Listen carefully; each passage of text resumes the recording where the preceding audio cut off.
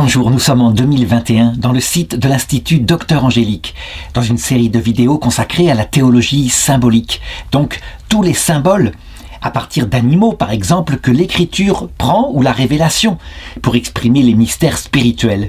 Et j'en suis rendu justement aux symboles animaux avec le symbole du taureau, qui est aussi parfois traduit par la Bible par le taureau, par le jeune veau. Pour bien comprendre ce qu'il symbolise, il faut d'abord regarder ce que les populations de l'époque, qui possédaient des animaux de ce genre, eh bien, ils voyaient en eux. Il faut savoir que, à une certaine époque, par exemple, au début du néolithique et ensuite à l'âge du bronze, le taureau, c'est un animal noble, un animal qui coûte cher. C'est très différent d'une chèvre ou d'un mouton, qui est plus petit, plus facile à élever. C'est un animal rare, c'est un animal, quand on en possède un, qui montre qu'on est riche. D'ailleurs, dans les peuples comme ça, nomades, qui sont des éleveurs, en Afrique noire, celui qui possède un certain nombre de vaches et de taureaux, celui-là est considéré comme un homme riche. D'autre part, il faut se représenter les taureaux à cette époque-là comme des animaux farouches, des animaux dangereux, des animaux que, je dirais, on ne peut pas approcher comme cela. Si on veut se les représenter, c'est un petit peu comme les taureaux de combat actuellement. En tout cas, c'est un animal dangereux. Résultat, parce qu'il est précieux et parce qu'il est noble, eh bien, c'est l'animal par excellence qu'on peut offrir en sacrifice, par exemple, à Dieu ou au Dieu. On ne va pas offrir quelque chose de petit quand on offre un taureau. De même, quand il y a un grand événement familial, comme par exemple le retour d'un enfant, ou alors un mariage, l'animal qu'on va tuer pour faire la fête, c'est le taureau, et on ne le fait qu'une fois par an. On peut tuer aussi le veau gras, c'est-à-dire un jeune taureau qui a été engraissé pour cela. Comme toujours, eh bien, l'Écriture va se servir de ces symboles puisqu'elle est écrite par des hommes aussi qui se servent de leurs mots propres. Même si Dieu inspire le sens profond, eh bien, ces symboles vont être repris complètement pour servir dans l'Écriture. Par exemple, justement, le grand sacrifice, celui qu'on offre à Dieu pour quelque chose de grandiose, d'important, c'est donc un veau adulte, un jeune taureau. Par exemple, on a dans le Lévitique chapitre 9 verset 2, quand est établi le culte du futur temple de Jérusalem, Moïse dit à Aaron « Prends un veau pour faire un sacrifice pour le péché et un bélier pour un holocauste, l'un et l'autre sans défaut, et amène-les devant Yahvé. » Et le verset 8 dit « Aaron s'approcha de l'autel, il immola le veau du sacrifice pour son propre péché. » Donc, c'est le plus grand des sacrifices. Il doit d'abord purifier le prêtre. Puis les fils d'Aaron lui présentèrent le sang du veau. Il y trempa le doigt et en déposa sur les cornes de l'autel. Puis il versa le sang à la base de l'autel. Et on comprend. Si on offrait un taureau qui soit plein de défauts, un taureau boiteux ou un taureau avec le pelage terne, ce ne serait pas noble, ce ne serait pas digne de Dieu. Il faut donc un taureau parfait pour remercier Dieu, le grand Dieu, qui a offert tant de bienfaits. Alors il faut rappeler ici maintenant pourquoi on offrait des sacrifices d'animaux au temple de Jérusalem.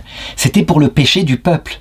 Et donc un grand sacrifice comme un taureau, c'était pour le péché, eh bien le péché suprême. Il fallait que Dieu se montre bienveillant et donc on offrait les choses les plus précieuses. D'ailleurs, je voudrais le faire remarquer, dans la Bible elle-même, dans les grands événements, c'est l'animal qu'on tue pour fêter cela. Par exemple, quand une femme veut honorer le roi, il est dit ceci dans le premier livre de Samuel, chapitre 28, verset 24. La femme avait chez elle un veau gras, elle se hâta de le tuer, elle prit de la farine, la pétrit et en cuisit des pains sans levain. De même, quand Jésus raconte par une parabole l'histoire de l'enfant prodigue, cet enfant qui part avec sa fortune pour la dépenser et qui abandonne ses parents, et son père en particulier, puis qui après avoir tout dépensé, revient tout penaud. Son père le voit de loin, il est content, il est heureux, ce fils est en train de revenir. Eh bien, qu'est-ce qu'il fait ?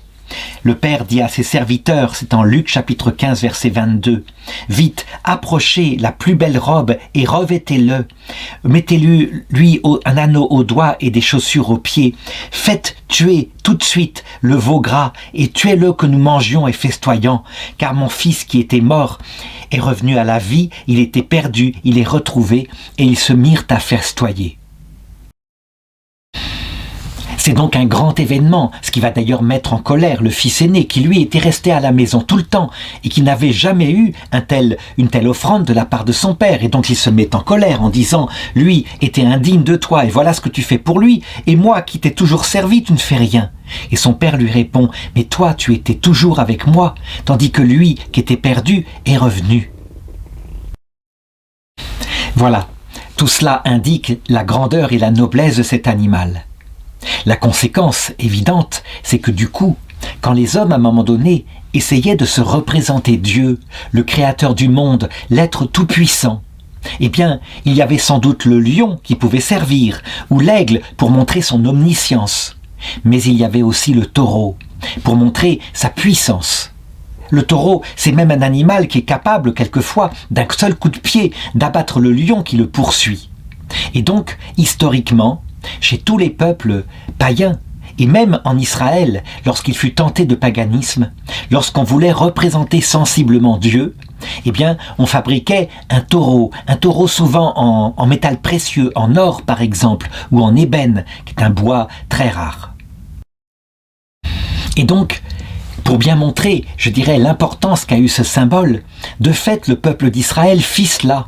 Lorsque Moïse était sur la montagne en train de parler à Dieu, et qu'il était là à s'ennuyer pendant des semaines et des semaines, Aaron finit par prendre l'or aux boucles d'oreilles des femmes et à en fabriquer un taureau d'or, qu'il donna comme image représentant Dieu. C'est raconté dans l'Exode chapitre 32 verset 4.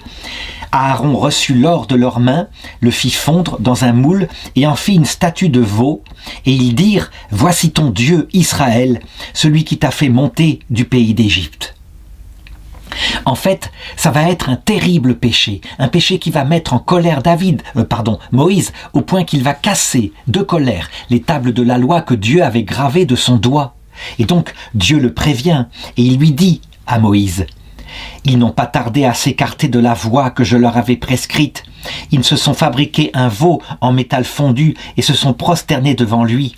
Ils lui ont offert des sacrifices et ont dit « Voici ton Dieu Israël qui t'a fait monter du pays d'Égypte. » Moïse, en colère, va redescendre de la montagne, va faire détruire le veau d'or et il fera boire à tout le monde l'eau où il a jeté l'or, afin qu'ils comprennent bien que ce n'est que de la poussière.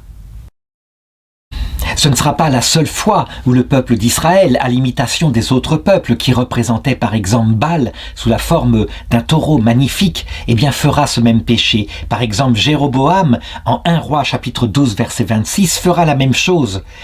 Il fit 2 veaux d'or et dit au peuple « Assez longtemps vous êtes montés à Jérusalem. Israël, voici ton Dieu qui t'a fait monter du pays d'Égypte. » Et là encore, il s'attire la colère.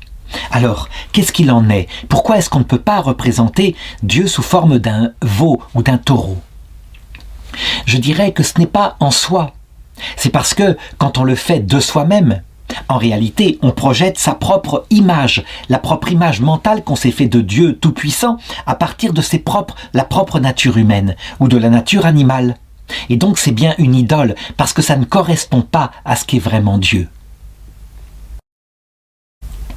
Dieu ne veut absolument pas qu'on le représente, nous, sous forme sensible, parce que on se trompe toujours. Quand on le fait par soi-même, quand on le fait sans l'aide de Jésus-Christ, qui est Dieu, qui se fait homme et qui explique ce qu'il en est, on ne peut que faire de la projection psychologique. Et si je veux bien montrer cela, c'est pour distinguer la représentation de Dieu par un veau et ce qui se passera ensuite, une fois que Jésus s'est fait homme. Parce que, et c'est la 3e partie de cette vidéo, je voudrais aborder maintenant le symbole du taureau dans le Nouveau Testament, où là, il est complètement transfiguré, encore une fois, par la venue de Jésus. Jésus, il est Dieu lui-même, Verbe de Dieu. Il se fait homme, il vient sur terre pour expliquer la puissance de Dieu, mais surtout pour expliquer ses intentions, donc le secret de son cœur, d'où vient qu'il nous a créés, qu'il nous a mis sur terre, que nous devions passer par la souffrance.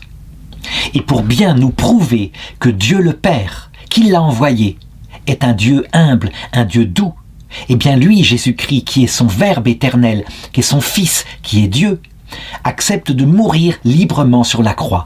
Il faut bien le comprendre, hein. Il est le taureau grandiose envoyé par Dieu. Il est puissant, personne ne pourrait l'attraper. D'ailleurs, on le voit plusieurs fois.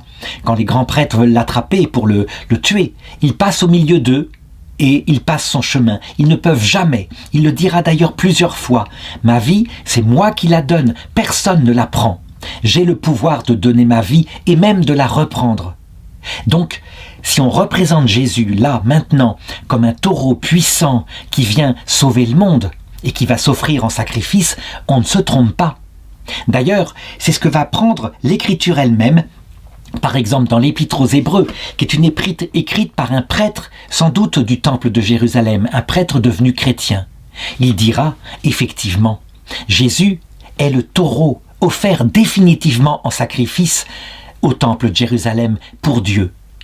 Voilà ce que dit l'Épître aux Hébreux, pardon, c'est l'Épître aux Hébreux, donc c'est pas de Saint Paul, mais je n'ai pas dit que c'était Saint Paul, hein, c'est d'un prêtre.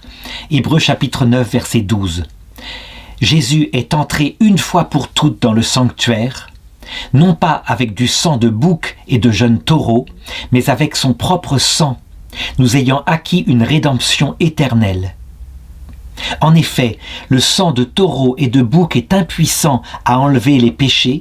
C'est pourquoi, en entrant dans le monde, le Christ dit « Tu as voulu ni sacrifice ni oblation, mais tu m'as façonné un corps, et tu n'as agréé ni holocauste ni sacrifice pour les péchés, alors j'ai dit « Voici, je viens ».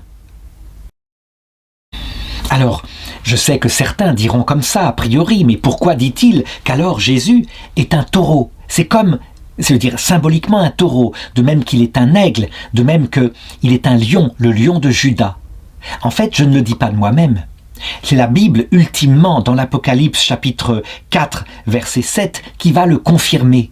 Ça veut dire que pour représenter Jésus, le Sauveur qui est venu sur terre, et ses qualités intérieures, eh bien, tous les symboles qui jadis étaient païens sont repris, mais cette fois, ils ne sont plus idolâtriques, puisque l'image qu'il renvoie n'est pas faite de main d'homme. L'image est donnée par Jésus lui-même, qui a vécu et qui est mort pour nous, qui est ressuscité. Et donc, dans ce texte-là, eh bien, Jésus-Christ est représenté sous forme de 4 vivants, qui indiquent ses propriétés. Le premier vivant est comme un lion. Ça veut dire que Jésus est vraiment Dieu. Il est le maître de tout. La toute-puissance est revêtue sur lui. Le deuxième vivant est comme un jeune taureau. Ça veut dire que la noblesse que je viens d'indiquer, tous les symboles sont repris par Jésus.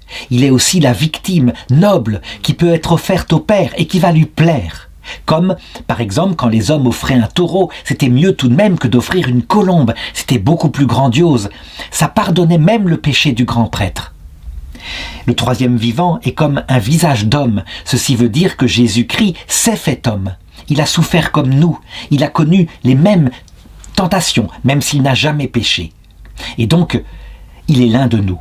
Le quatrième vivant est comme un aigle en plein vol, ce qui veut dire que, par son sacrifice, le taureau, Jésus, eh bien, nous révèle le cœur de Dieu.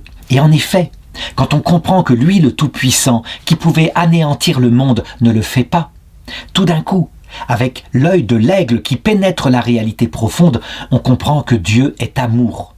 Que, en fait, toutes les souffrances que nous avions vécues n'étaient pas pour nous dominer. C'était le démon qui disait ça. C'était pour former notre cœur, parce que nul ne peut voir Dieu sans mourir à soi-même.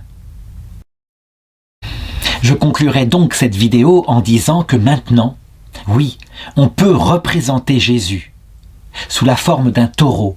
Si on mettait dans une église, et certains le font, un taureau, ou peut-être un taureau d'or, pourquoi pas? Eh bien, ce ne serait plus une idole. Les protestants diraient, mais si, c'est une idole, regardez l'Ancien Testament. Ils se tromperaient. À l'époque, c'était une idole, parce que c'était une projection de l'homme sur un taureau. Maintenant, c'est Jésus-Christ qui a plutôt pris ce que symbolise le taureau pour signifier qu'il est Dieu, qu'il est le Dieu tout-puissant, sacrifice noble offert au Père. Toute la symbolique donc de l'Ancien Testament qui offrait des taureaux à Dieu est maintenant assumée dans le Nouveau Testament. Alors évidemment, attention, il faut bien comprendre que Jésus-Christ est Dieu. Et donc, quand il s'offre lui-même, c'est pour signifier, en fait, que Dieu n'est pas dans le sacrifice comme cela, que Dieu est amour vraiment. Et donc il met fin définitivement à tous les sacrifices d'animaux. Pas les sacrifices qu'on ferait pour aimer. Ça, sacrifier pour aimer, ça veut dire faire des efforts pour aimer. Non, les sacrifices qui jadis étaient offerts pour le pardon des péchés. Maintenant, on est appelés nous-mêmes à nous offrir en sacrifice quand nous avons péché, à faire pénitence pour le mal que nous avons commis. Nous devenons donc nous-mêmes, quand nous agissons ainsi, et quand nous serons au ciel, comme les taureaux, les jeunes taureaux, qui sont là avec Dieu et qui marchent dans la puissance de son évangile pour aider les autres à acquérir le salut, à obtenir un jour la vie éternelle.